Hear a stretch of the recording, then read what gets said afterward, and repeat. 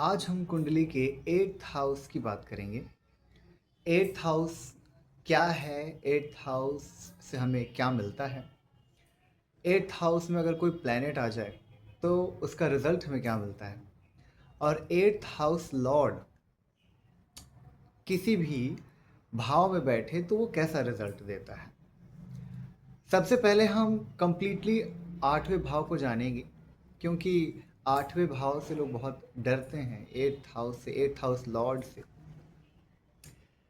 लेकिन कुंडली में कोई भी ऐसा भाव नहीं है जिससे डरना चाहिए, क्योंकि कोई भी ऐसा भाव ही नहीं है जो खराब हो।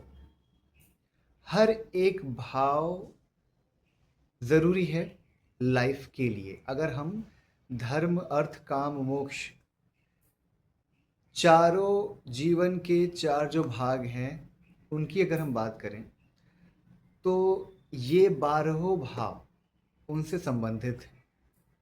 अगर हम 8वें भाव की बात करें तो 8वां भाव मोक्ष का भाव है। 4, 8, 12 ये तीनों भाव मोक्ष के हैं। अब 8वें भाव को मोक्ष क्यों कहा गया है, या फिर इन तीनों भाव को मोक्ष क्यों कहा गया? 12th हाउस व्यय का है, डिटैचमेंट का है। 4th हाउस हमारे सुख का है। और 8th हाउस हमारे दुखों का है। तो आखिर ये मोक्ष का भाव क्यों हुआ? सबसे पहले 4th हाउस को मोक्ष का भाव कहा गया है। क्यों? क्योंकि जब तक हमारी आत्मा, जब तक हमारा मन सुखों को, हर एक सुख और ऐश्वर्य को भोग ना ले, तब तक वो मोक्ष की तरफ नहीं जाता है। हमेशा कोई ना कोई डिज़ायर बनी रहेगी और उस डिज़ायर को पूरी करने के लिए जन्म लेना पड़ेगा। तो जब आदमी काम क्यों करता है, पैसा क्यों कमाता है? सुख को भोगने के लिए। विलास, सुख, ऐश्वर्य, ये सबको भोगने के लिए। अब जब इसको भोग लेता है तो फिर वो मोक्ष की तरफ जाता है, क्योंकि उसमें वहां उसे फिर समझ में आ जाता है कि ये सुख क्षणिक है, ये सुख शाश्वत नहीं है। जब उसे समझ में आ जाता है कि इसमें वो आनंद नहीं है, तो वो फिर सुख से आनंद की तरफ जाता है, वो मोक्ष की तरफ जाता है। 8वां भाव, 8वां भाव है चीजों को छोड़ देना। यहां आके हर चीज खत्म हो जाती है। 8वां भाव डिके का भाव है, जहां पे चीजें सड़ती हैं, खत्म हो जाती हैं। ट्रांसफॉर्मेशन का भाव है, जहां पर चीजें ट्रांसफॉर्म हो जाती हैं, नया नवीन बन जाती हैं।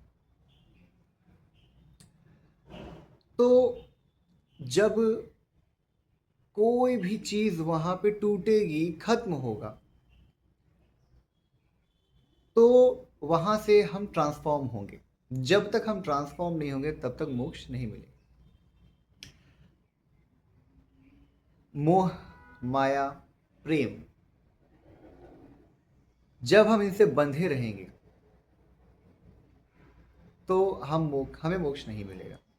इसलिए 8वां भाव मोक्ष का है, क्योंकि सुख हम पूरा कंप्लीट करके, पुत्र 5वां भाव, छठा भाव, 7वां भाव हमारा मैरिज, ये सब कंप्लीट करके जब हम 8वें में आते हैं तो वहां पे हमें मोक्ष मिलता है। मोक्ष के लिए जाते हैं। वहां पे हमें समझ में आता है कि जब तक हम चीज़ों को छोड़ेंगे नहीं, तब तक हमारा ये जो साइकिल है आगे नहीं बढ़ेगा, ये इसी में घूमता रहेगा। क्योंकि कोई भी डिज़ायर, कभी ऐसा नहीं होता कि आपके मन में डिज़ायर खत्म ना हो। हमेशा कुछ ना कुछ डिज़ायर रहेगा। उस डिज़ायर को पाने के लिए आप जाएंगे और डिज़ायर से सुख ही मिलेगा। और उस सुख, आनंद, आप किसी भी चीज़ को वो आनंद दे दे, गाड़ी चलाने में, खाना खाने में, घूमने में फिरने में, ऐशो आराम, भोग विलास, किसी भी चीज़ में, जब तक वो छूटेगा नहीं, जब तक वो वहां तृप्ति नहीं मिलेगी, तब तक मोक्ष नहीं मिलेगा। लोग कहते हैं कि सब कुछ छोड़ छाड़ के संन्यास ले लो।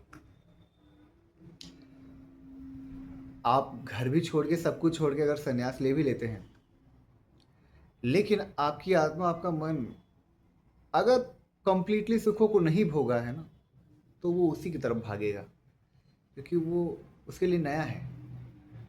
वो बोलेगा भाई ये वाला सुख तो नहीं लिया यार, इस जन्म में, पिछले जन्म में भी नहीं लिए थे, इस जन्म में भी नहीं लिए। पहले इस सुख को लेते हैं, फिर उसके बाद हम देखेंगे मोक्ष की। आप बहुत सारे ऐसे लोगों को देखोगे जो जिनके डिज़ायर्स ही नहीं है, कम उम्र में भी, बड़े में भी डिज़ायर्स बहुत कम हैं, और वो ना बहुत आसानी से डिटैच हो जाते हैं। लोगों को छोड़, अगर लोग उन्हें छोड़ दें तो उन्हें ज़्यादा दिक्कत नहीं आता। वो भी लोगों से बहुत डिटैच्ड ही रहते हैं, उनके साथ रहकर भी। ये इसलिए हो पाता है, चीज़ों की डिज़ायर्स बहुत कम रहती है, ये इसलिए हो पाता है क्योंकि पहले वो बहुत भोग चुके होते हैं। यही रीज़न है कि वो मोक्ष के करीब होते हैं। इसलिए आप कितना भी हाथ पैर मार लो, अगर आप अपने सुख को नहीं भोगे हो तो आप मोक्ष की तरफ नहीं जाओगे। लेकिन अगर सुख भोग लिए हो, आपकी आत्मा, आपका मन नहीं कुछ डिज़ायर चाह रहा, तो इसका मतलब आप मोक्ष के करीब हो। तो 8वां घर मोक्ष का है। 8वां घर चीज़ों को छोड़ने का है, वहां से फिर नया ट्रांसफॉर्म होने का है। पहला भाव जो कि ईस्ट होराइजन है, वो लग्न का है। ईस्ट होराइजन, सूर्य वहां पे बलि होते हैं, उच्च के होते हैं। सूर्य जब second, third, fourth, fifth, six, seven तक आते हैं तो यहां तक वो अस्त हो जाते हैं। सप्तम भाव में शनि उच्च के होते हैं, और सप्तम भाव में अंधेरा होता है, शनि अंधेरा दर्शाते हैं। 8वां भाव कंप्लीट अंधेरा है।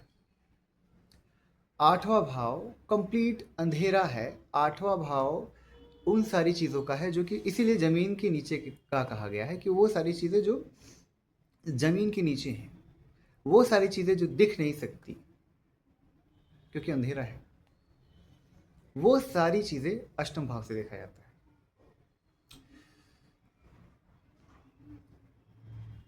एस्ट्रोलॉजी, ऑकल्ट, ये सारी चीज़ें हम देख नहीं सकते,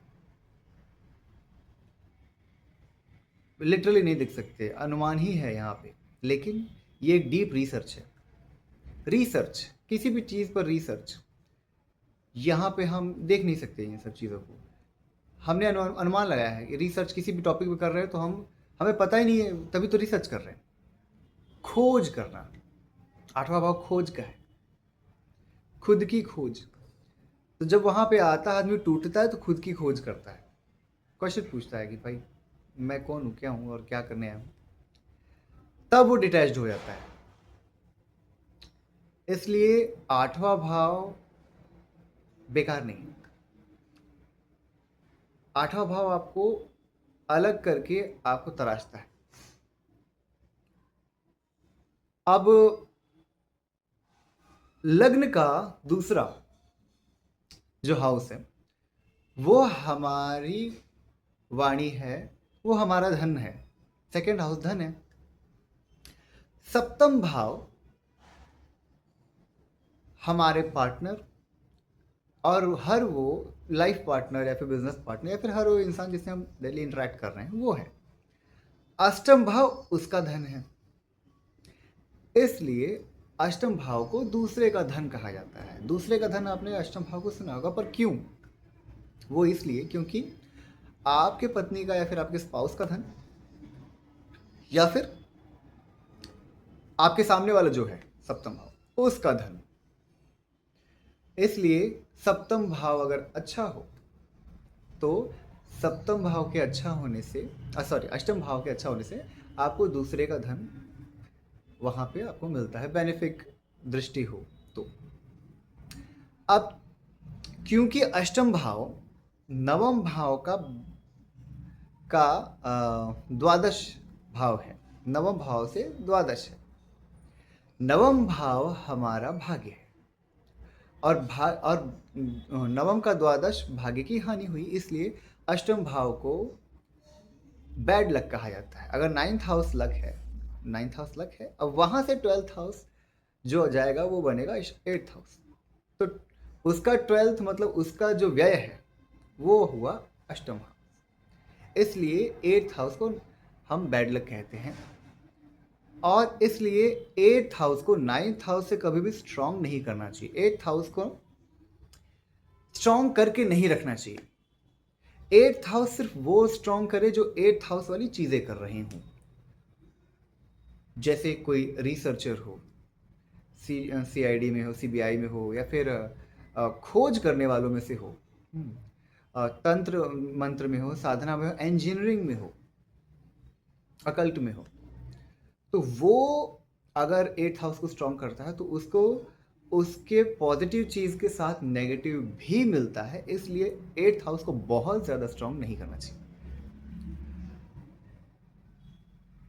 क्योंकि आठवां भाव अंधेरा है, इसलिए एट्थ हाउस जो है ना वो इनएक्टिव फॉर्म है। हमारा सेकंड हाउस एक्टिव फॉर्म है।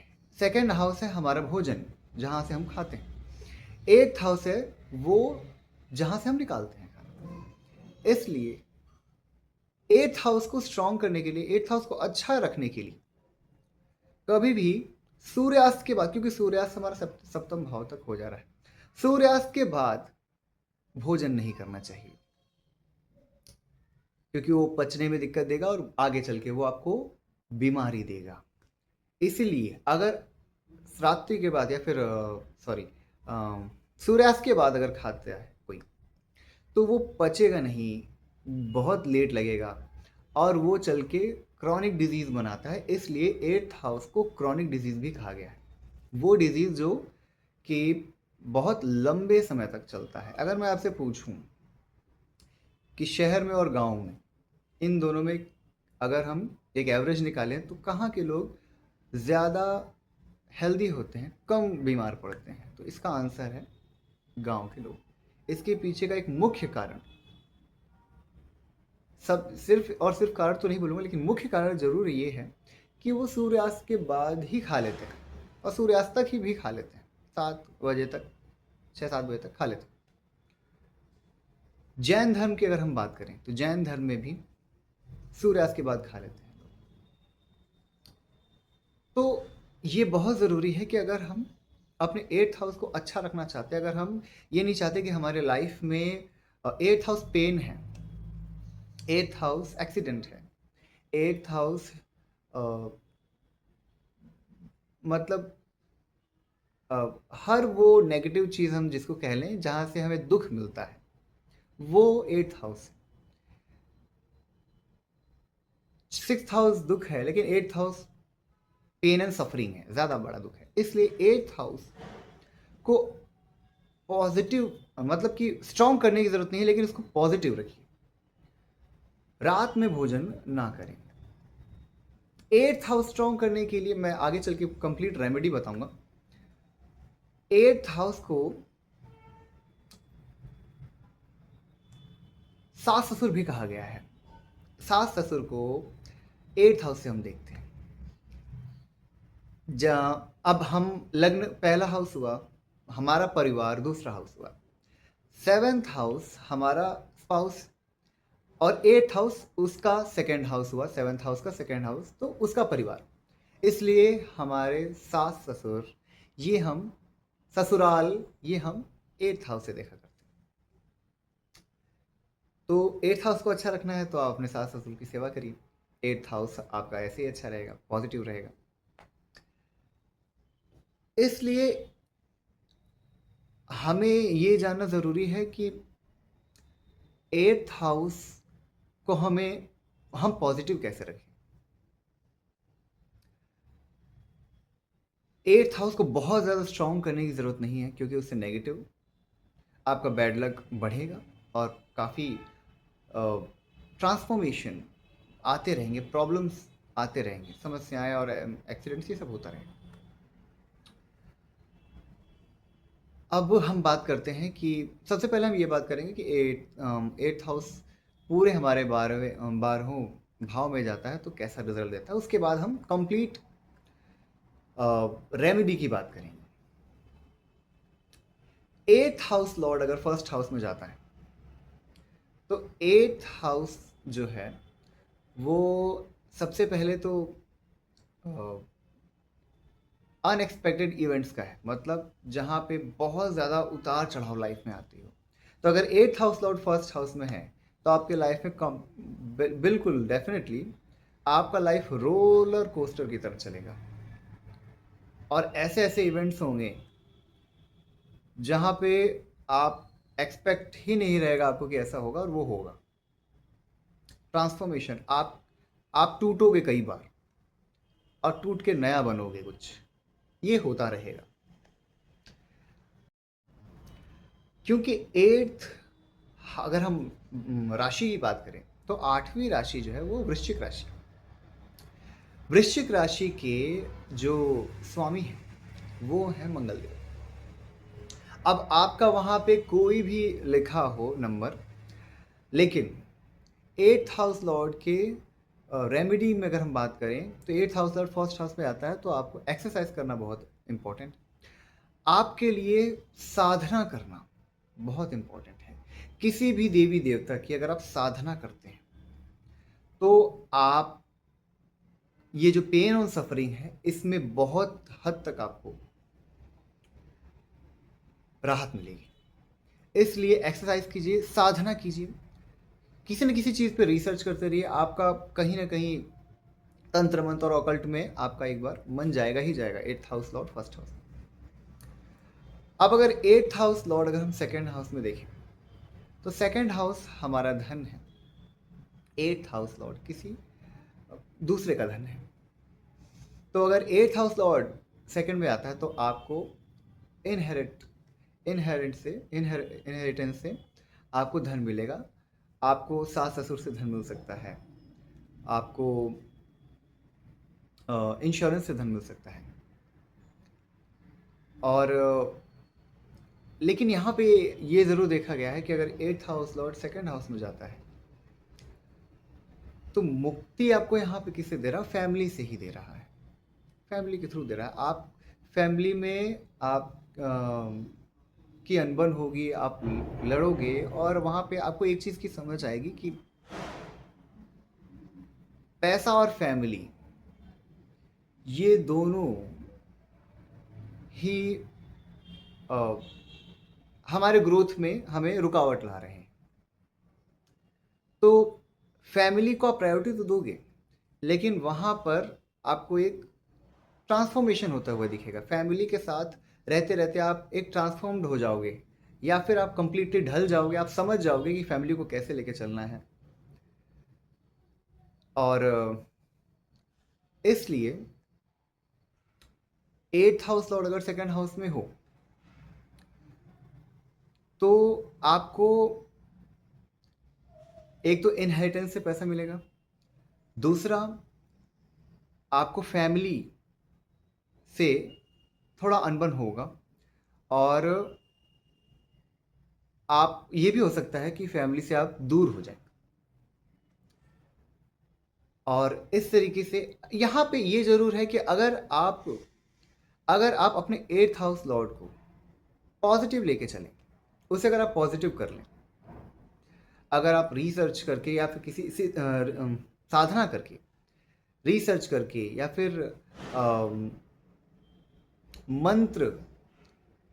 मंत्र की सिद्धि करके या फिर मंत्र जप अगर प्रतिदिन करते हैं आप, तो आपका एट्थ हाउस पॉजिटिव होगा। और अगर आपकी फैमिली में और पैसे से लेकर अगर आपको पैसा भी बहुत फ्लक्चुएट करेगा, यहाँ पर बहुत कभी आएगा कभी जाएगा, ये सारी चीज़ें होती रहेंगी। लेकिन जब आप इन में से कोई एक काम करने लगे या फिर या तो मंत्र सिद्धि करें या तो अकल्ट सीखें, आप एस्ट्रोलॉजर ना बन जाए, सीखें या फिर रिसर्च करें, किसी एक सब्जेक्ट पे रिसर्च कर लें, आप अपने किसी भी सब्जेक्ट पे आप पीएचडी कर लें, तो ये आपको बहुत ही पॉजिटिव रिजल्ट देगा। एट्थ हाउस लॉर्ड अगर थर्ड हाउस में जाता है तो यहाँ पे दिक्कत क्या होती है कि आपके गलत इन्फॉर्मेशन देने से आपको प्रॉब्लम होगी। आपके जो भाई बहन हैं उनसे आपको प्रॉब्लम होगी, या फिर आपके भाई बहन जो होंगे वो एट्थ हाउस वाले काम में होंगे, उनके साथ कोई ना कोई ट्रांसफॉर्मेशन होता रह रहा होगा, या फिर उनकी लाइफ भी बहुत अप्स एंड डाउन्स हो जाएगी। यहाँ पे आपका अगर एट्थ हाउस लॉर्ड अगर आपका थर्ड हाउस में है, तो यहाँ पे आपका एक रेमेडी ये है कि जितना आप ट्रैवल करते जाएंगे आपका एट्थ हाउस बहुत ही नॉर्मल रहेगा। आप ये देखेंगे कि एट्थ हाउस लॉर्ड अगर थर्ड हाउस में, तो आप ये देखेंगे कि आप करते काफ़ी कुछ हैं, एफर्ट्स बहुत लगाते हैं, लेकिन उसका आपको वो नहीं मिलता, क्रेडिट नहीं मिलता। Eighth house Lord third house में, यहाँ पे आप स्मॉल ट्रैवल करते रहेंगे और आप कुछ हॉबीज़ अपनी बनाते रहेंगे, कुछ छोटी मोटी हॉबीज़ बनाते रहेंगे, स्मॉल ट्रैवल करते रहेंगे, तो आप ये देखेंगे कि आपका एट्थ हाउस पॉजिटिव हो रहा है, एट्थ हाउस लॉर्ड पॉजिटिव हो रहा है, और वहाँ से प्रॉब्लम जितनी भी है वो कम होती जाएगी। एट्थ हाउस लॉर्ड अगर फोर्थ हाउस में है तो वो घर से आपको दूर करेगा, और यहाँ पे एक जो एक प्रॉब्लम है वो आपका इमोशन से और मदर से और घर से है। एट्थ हाउस लॉ ट्रांसफॉर्मेशन का है, आपका घर जो है वो बहुत चेंज होता रहेगा। अगर आप रेंट पे रह रहे हैं तो काफ़ी चेंज होगा, और ये भी हो सकता है कि अगर आप घर लिए होंगे तो वहाँ पे कोई ना कोई दिक्कत है कि कुछ एक ट्रांसफॉर्मेशन, एक चेंज आया हो। आपके पास जो व्हीकल होंगे वो चेंज हुआ होगा, ट्रांसफॉर्म हुआ होगा, या फिर एक्सीडेंट व्हीकल, अगर आपके व्हीकल्स के एक्सीडेंट होने के चांसेस बहुत ज़्यादा होंगे।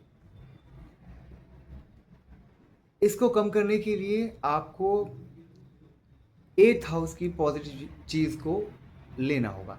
एट्थ हाउस ये भी है कि एट्थ हाउस लेना नहीं, एट्थ हाउस देना है। एट्थ हाउस लॉर्ड जो भी बन रहा है उस चीज़ का आप दान कीजिए, जिस भी जगह पे बन रहा है उस चीज़ का दान कीजिए। जैसे एट्थ हाउस लॉर्ड अगर मर्करी है और बैठ गया है फोर्थ हाउस या फिर थर्ड हाउस में, तो अपने छोटे भाई बहन को आप ग्रीन कलर के कपड़े दीजिए, या फिर जितने भी बुक है, कॉपीज़ हैं, बुद्ध से रिलेटेड कोई भी चीज़ है, वो आप डोनेट कीजिए। एट्थ हाउस लॉर्ड अगर आपका सेकेंड हाउस में बन रहा है तो घर पे, और जो भी वो प्लैनेट बन रहा हो उस चीज़ को घर पे आप फैमिली में आप लोगों को दीजिए, फैमिली के लोगों को दीजिए। देखिए आपको जो प्रॉब्लम आ रही है सेकेंड हाउस से वो नहीं आएगी। एट्थ हाउस लॉर्ड अगर फोर्थ में है तो अपने मम्मी को आप, उससे रिलेटेड चंद्रमा है तो चांदी का गिफ्ट, और कोई भी चांदी की ज्वेलरी ये आप दे सकते हैं, तो आपको एट्थ हाउस का नेगेटिव चीज़ नहीं दिखेगी। घर में जो घर छूट रहा है, चेंज हो रहा है, उसमें आपको कमी आएगी, नेगेटिव चीज़ें कम होंगी। एट्थ हाउस लॉर्ड का जितना दान करते जाएंगे उतना आपको एट्थ हाउस पॉजिटिव, क्योंकि एट्थ हाउस छोड़ना ही तो है। एट्थ हाउस का मतलब ही होता है डिटैचमेंट। तो जब आप वहाँ पे दान करें, दान करने का मतलब ही हो गया छोड़ दिया। जिस प्लैनेट एट्थ हाउस लॉर्ड जो भी है उस चीज़ का दान कीजिए, उस चीज़ को छोड़िए आप, फिर आप देखिए आपको एट्थ हाउस लॉर्ड पॉजिटिव नहीं तो कम से कम नेगेटिव रिजल्ट भी नहीं देगा, और उसकी अच्छी चीज़ें ही आपको ट्रांसफॉर्म कर देगा, पॉजिटिवली ट्रांसफॉर्म करेगा। एट्थ हाउस लॉर्ड अगर फिफ्थ हाउस में जाता है तो यहाँ पर ये देखा गया है कि वो अकल्ट की चीज़ें बहुत सीखते हैं, अकल्ट की चीज़ें सीखते हैं, एस्ट्रोलॉजिकल चीज़ें सीखते हैं, और यूनिवर्स की चीज़ें काफ़ी सीखते हैं। मंत्र इनकी बहुत अच्छे से सिद्धि हो जाती है। उसके बाद इनके ना पढ़ाई में बहुत चेंज आता है। अभी यहाँ इस स्कूल में स्कूल भी चेंज होता है बहुत, सब्जेक्ट्स भी चेंज होते हैं बहुत। मेरा खुद है, मैंने बहुत स्कूल भी चेंज किया, सब्जेक्ट भी चेंज किया। मैंने टेंथ में नॉर्मल था, सारे सब्जेक्ट से। ट्वेल्थ में मैंने मैथ्स लिया, उसके बाद ग्रेजुएशन मेरा इंग्लिश लिटरेचर से हुआ, फिर उसके बाद हुआ कुछ और, पढ़ा अभी कुछ और रहा हूँ मैं, और अभी और एस्ट्रोलॉजी पढ़ रहा हूँ। तो पढ़ाई में बहुत चेंज आएगा eighth house Lord fifth house में पढ़ाई में बहुत चेंज आएगा। लेकिन ये एक तरीके से पॉजिटिव ये है कि वक्र बुद्धि है, बुद्धि बहुत स्ट्रांग रहेगी और सीखता जाएगा, नई नई चीज़ें सीखता जाएगा, लेकिन चेंज करते करते सीखता जाएगा। अब यहाँ पे अगर वो आपके क्योंकि फिफ्थ हाउस पुत्र है, संतान है, तो अगर एट्थ हाउस लॉर्ड के फिफ्थ हाउस में अगर पुत्र को कोई दिक्कत आ रही, संतान को कोई दिक्कत आ रही है, तो यहाँ पे जो भी एट्थ हाउस लॉर्ड बन रहा है उससे रिलेटेड चीज़ को अपने संतान को गिफ्ट कीजिए या छोटे बच्चों को गिफ्ट कीजिए, तो आपको ये उसका पॉजिटिव रिजल्ट मिलेगा। Eighth house Lord sixth house में जाता है, तो सबसे पहले तो ये विपरीत राजयोग बनाता है। और क्योंकि एट्थ हाउस क्या कर रहा है, एट्थ हाउस खत्म कर रहा है, वहां मर रहे हैं लोग, डिके हो रहा है वहां पे चीज़ें, तो एट्थ हाउस लॉर्ड क्या करेगा सिक्स्थ हाउस में जाके, वहां पे आपके दुश्मन हैं, वहां पे आपके रोग हैं, वहां पे आपके कर्ज हैं, इन सबको खत्म कर देगा, मार देगा, डिटैच कर देगा आपसे। तो ये बहुत अच्छा, इसीलिए इसको विपरीत राजयोग बोला गया है। चुन चुन के आपके दुश्मनों को ख़त्म करेगा और आप आपके फैमिली में, आपके लोगों में जितने भी बीमारियां हैं उन सबको चुन चुन के आप ढूंढ के आप ले आओगे, एट्थ हाउस ढूंढ के ले आओगे आप, दवाइयाँ और कुछ ऐसी इलाज, और वो खत्म होगा। एट्थ हाउस लॉर्ड सिक्स में बनता है तो बहुत अच्छे डॉक्टर्स बनते हैं, बहुत अच्छे वकील बनते हैं, बहुत अच्छे सीए बनते हैं, बहुत अच्छे जज बनते हैं, बहुत अच्छे डॉक्टर्स बनते हैं। एट्थ हाउस लॉर्ड अगर सेवन्थ हाउस में आता है तो यहाँ पे थोड़ा सा वो दिक्कत करता है, क्योंकि एट्थ हाउस लॉर्ड इंडिपेंडेंट है, वो अकेले रहना चाहता है। सेवन्थ हाउस जो है वो अपने आप में ही एक बॉन्ड है, एक संबंध है, एक पार्टनरशिप है। तो जब एट्थ हाउस लॉर्ड सेवन्थ में आएगा तो वहाँ पे वो अपने स्पाउस को अपने साथ रखने में थोड़ा सा कंफर्टेबल फील नहीं करेगा। यहाँ पे ये भी कहा जाता है कि एक पुराने जन्म के एक तरीके से आपके बचे हुए कर्म हैं जो आपको यहाँ पे मिला है। और एट्थ हाउस लॉर्ड के सेवन्थ हाउस में जाने में एक और दिक्कत आती है कि अगर एट्थ हाउस लॉर्ड सेवन्थ में है और अफ्लिक्टेड हो गया तो आपको सेक्सुअल प्रॉब्लम्स देता है। और क्योंकि ट्रांसफॉर्मेशन है यहाँ पर, तो आपके मैरिज लाइफ में ट्रांसफॉर्मेशन देगा। लेकिन अगर आप एट्थ हाउस लॉर्ड जो भी बन रहा है सेवन्थ हाउस में उस चीज़ का अगर आप दान करते हैं तो यहाँ पे आपके मैरिज लाइफ को ये स्टेबल लेके चलेगा।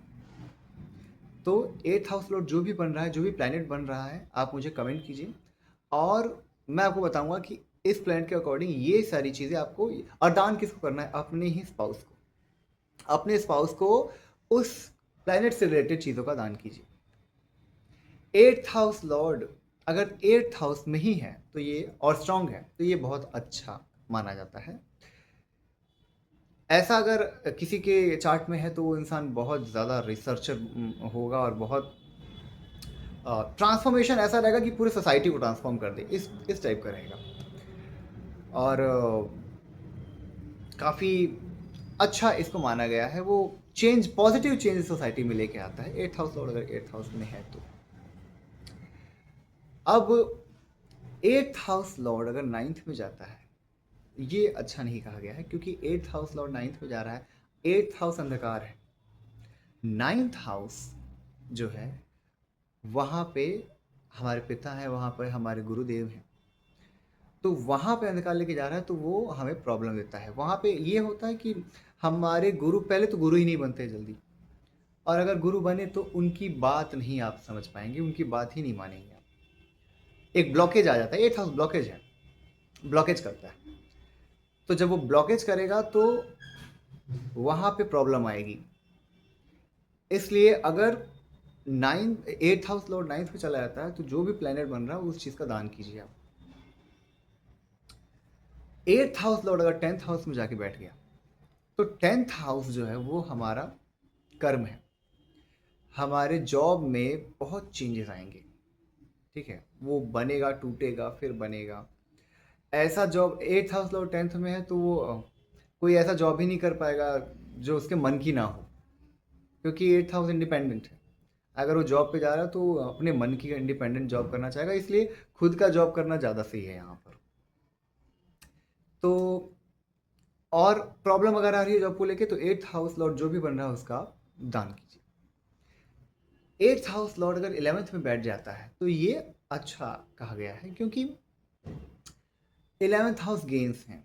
तो 8th हाउस लॉर्ड का जब भी दशा चलेगा तो आपको गेन्स देगा, आपको सोसाइटी में अच्छा रुतबा देगा। और सोसाइटी से आपको लाभ मिलेगा, फ्रेंड्स से आपको लाभ मिलेगा। 8th हाउस लॉर्ड अगर 12th में जा रहा है ये भी पॉजिटिव है, क्योंकि एक तो एक विपरीत राजयोग है और ये मोक्ष, देखिए 4, 8 और 12 ये मोक्ष त्रिकोण है। 8 और 12 दोनों ही मोक्ष हैं, तो ये मोक्ष की तरफ आपको लेके जाता है। 8th हाउस की और रेमेडीज की अगर हम बात करें तो ट्रैवलिंग करते रहना, स्मॉल ट्रैवल करते रहना, और उपवास करना, किसी एक दिन उपवास करना, वो 8th हाउस लॉर्ड जो भी बन रहा है उस दिन उपवास करना, या फिर 8th हाउस में जो प्लैनेट बैठा उस दिन उपवास करना, ये बेस्ट रेमेडी कही गई है। जितना एक्टिव हम रहेंगे 8th हाउस लॉर्ड अच्छा रहेगा। स्पोर्ट्स के लिए, जैसे मैंने बोला, स्पोर्ट्स या फिर फिजिकल एक्सरसाइज कोई भी अगर आप कुछ करते हैं तो वो उससे भी आपका 8th हाउस बहुत अच्छा रहता है। 8th हाउस हमेशा दान का है, 8th हाउस कभी ग्रहण का नहीं है। तो जितना हो सके आप 8th हाउस रिलेटेड चीज़ों का दान करेंगे तो वो आपको बहुत अच्छा रिजल्ट देगा। एक और रेमेडी 8th हाउस की है, जो कि 8th हाउस जैसा हम जानते हैं कि हमारे सास ससुर हैं। तो अगर आप शादीशुदा हैं तो आप जितना अपने सास ससुर की सेवा करेंगे आपका 8th हाउस उतना ही स्ट्रांग होता जाएगा। अब आप मुझे बताइए कि आपका 8th हाउस में कौन सा प्लैनेट है या फिर 8th हाउस लॉर्ड कौन सा प्लैनेट बन रहा है, उसके अकॉर्डिंग मैं आपको बताऊंगा कि आपको किस चीज़ का दान करना चाहिए और किसे करना चाहिए।